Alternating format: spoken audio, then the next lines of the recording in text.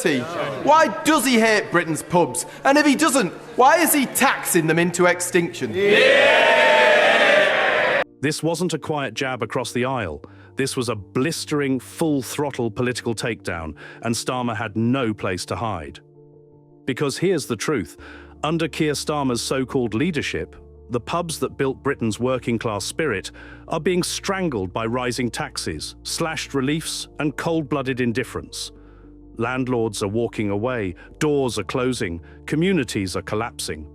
And in the middle of it all, a Labour leader who claims to love pubs while taxing them into extinction. So, how will he face these questions? Will he dodge, deflect, or lie through his teeth? Again? Let's find out.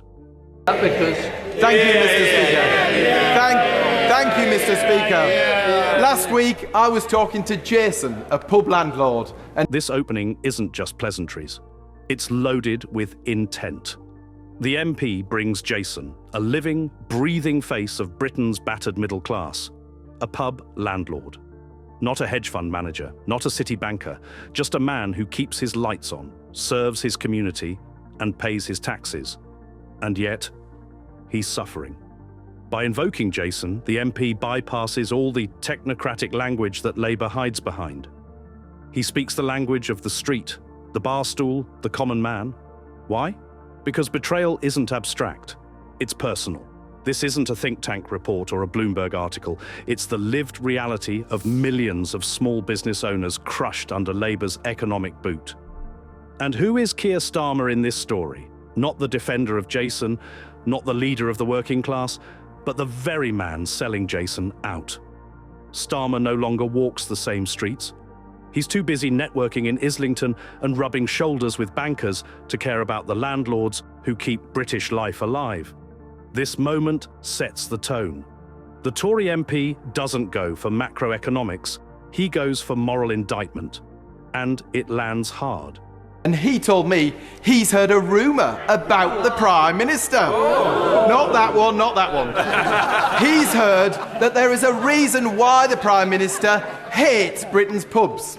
Landlords like Jason are being battered by Labour's jobs tax and the slashing of small business rates relief, meaning that as many as half of Britain's pubs could be closed by 2030. Why does he hate Britain's pubs? And if he doesn't, why is he taxing them into extinction?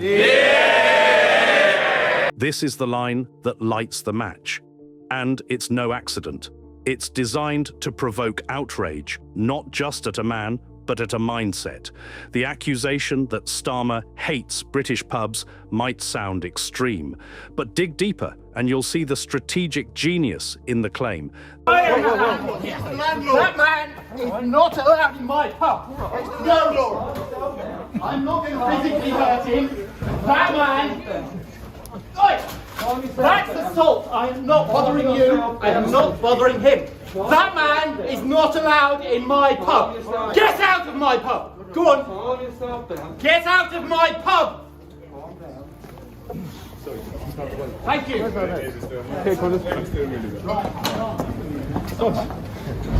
Bring David Cameron back. Guys, that car hit me, that car hit me. Yeah. Come on in here, Mum. He's gone away. They've been on the front line keeping people alive. So I really don't need lectures from you about this pandemic. You've got one. Come on in. Can we come in? Is that okay?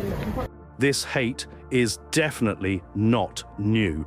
Before we continue further, tell us, are you enjoying the video? If yes, please like and share the video and subscribe to our channel for more exclusive videos on the groundbreaking changes happening in British politics. Let's continue now. Remember, pubs are not just buildings. They are the last remaining community hubs in Britain. They are the places where people laugh, mourn, protest, debate, and grieve, where life happens together.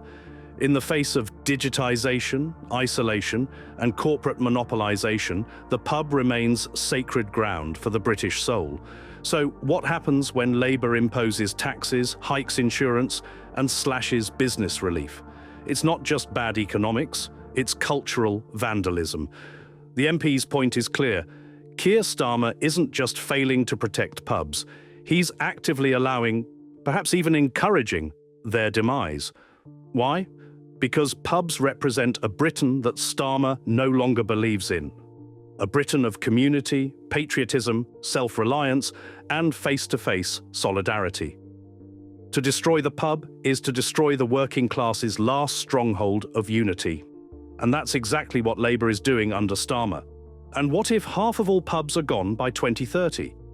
That's not an exaggeration. That's an obituary for British cultural life. You want to talk about austerity, inequality, corporate overreach? This is the ground zero, where working class survival meets political sabotage. And who's leading the charge? Keir Starmer's Labour Party. A party that once stood shoulder to shoulder with miners, dockers, and labourers, now throws them under the financial bus in the name of fiscal responsibility. What an absolute betrayal. What makes it worse? The hypocrisy. Starmer's party claims to stand for working people, but instead of protecting the landlord, they protect the landlord's landlord.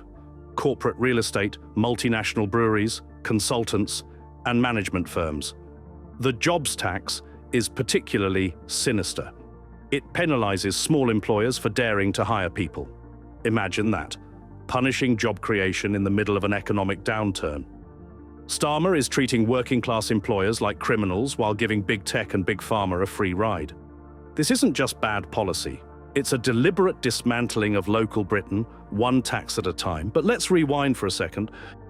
We're not going to be raising tax on working people, so that means no increase in income tax, in national insurance and in VAT. It's interesting actually, I notice how he looks down all the way, so he's reading off a sheet which I hadn't picked up before. Oh, to have that bit of paper. None of our plans require tax rises over and above the ones we've set out. So you can say now there will not be an increase in council tax? Look, Nick, what I'm not going to do is sit here... Is not say that. That's what you're not going to do. We can see that clearly, it's a kid. Every time you say, we're not going to raise VAT, we're not going to raise it, and everybody says, what about council tax? You say, well, I honestly can't. You know what people are thinking. You're a bright bloke. Council tax will go up. Yep. It was absolutely staggered there when I told him he was a bright bloke. None of our plans require a tax rise. Will it go up or when to go up, Sakir? None of our plans require a tax rise. No, Nick, because I do need to explain this. I think you've had your time, respectfully. And then he was off to a Taylor Swift concert, so he couldn't hang about. It was one of the clearest promises Keir Starmer ever made. We will not raise taxes on working people. He said it on screen. He said it to win your vote. But then something surprising happened. He came into power.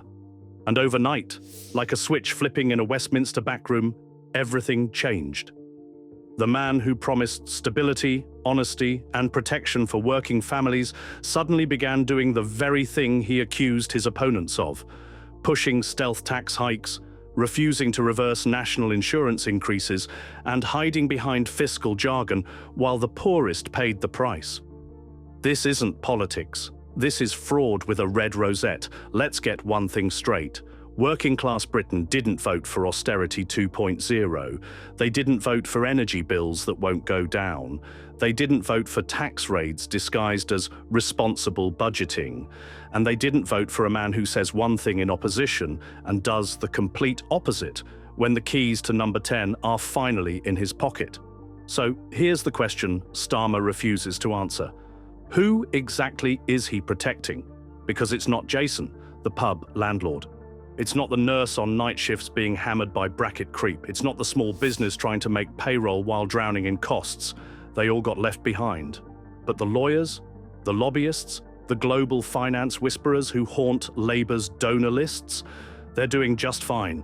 Every move Starmer makes, every tax he quietly preserves, every relief he conveniently ignores, tells you who he is. A corporate-friendly centrist in socialist drag, more comfortable appeasing bankers than defending builders.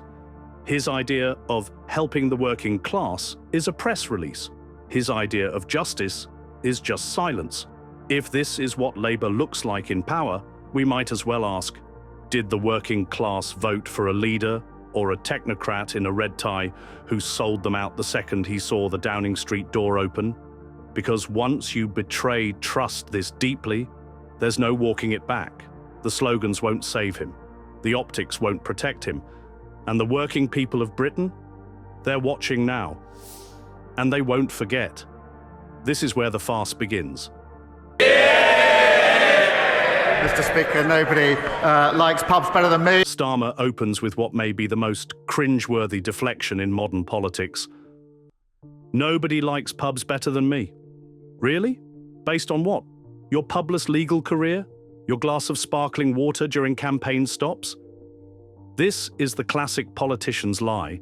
Pretend to relate, pretend to care, say the right phrase, and hope nobody notices that your policies say the exact opposite. But this time, people are noticing. The public is sick of this duplicity. Let's be blunt. If you're the man overseeing policies that make running a pub unprofitable, you don't love pubs.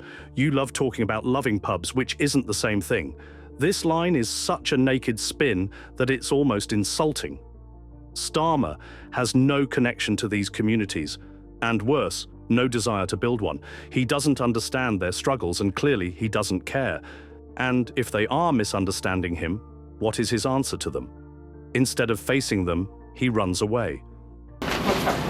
No, I came here to speak to this man, not your security. You have failed me. Thank you. I've been a Labour voter my entire life. You have failed to be the opposition.